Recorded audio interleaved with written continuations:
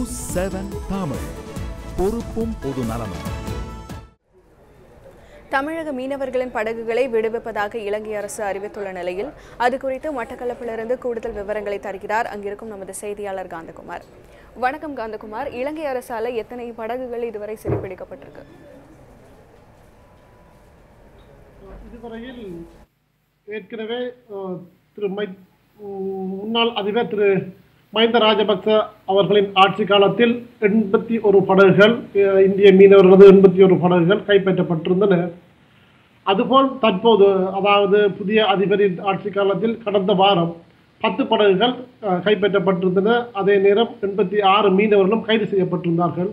மொத்தமாக பார்க்கும் இடத்து இதுவரையில் இலங்கையின் சிறைகளில் 86 மீனவர்களும் 91 படகுகளும் இப்போது தடுத்து வைக்கப்பட்டிருப்பதாக தெரிகின்றது.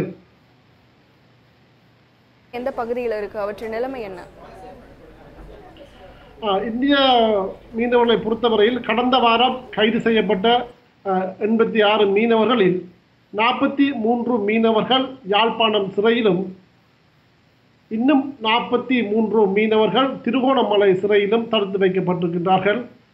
அவர்களது தடை உத்தரவு, அதாவது அவர்கள் எதிர்வரும் 13ஆம் தேதி வரையில் சிறை அடைக்கப்பட வேண்டும் என்று இவ்விரு நீதிமன்றங்கள் அறிவித்த நிலையில் அவர்கள் இந்த பகுதிகளிலே தடுத்து வைக்கப்பட்டிருக்கிறார்கள்.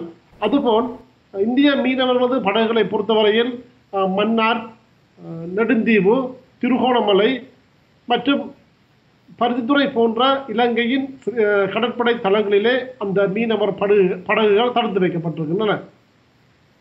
படகுகளாக எப்போ விடுவிக்கப்படும் எதிர்பார்க்கப்படுது?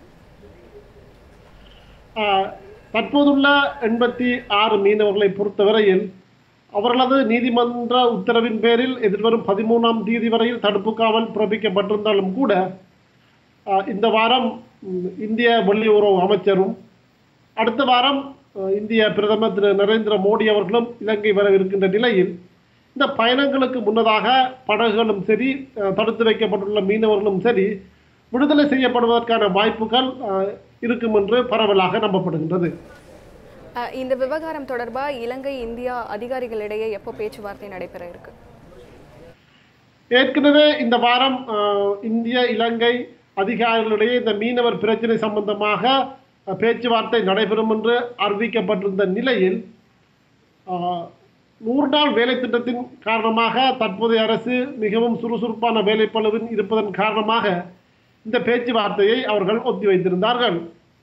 புதிய அரசு பதவியேற்றதன் பின்னர் இந்த மீனவர் விவகாரம் நல்லதொரு முடிவுக்கு வரும் என்று இந்திய மீனவர்களும் சரி, இலங்கை மீனவர்களும் சரி எதிர்பார்த்திருந்த நிலையில் இந்த பேச்சுவார்த்தை ஒரு முன்னோடி நடவடிக்கையாக இருக்கும் என்றும் கூறப்பட்டிருந்தது.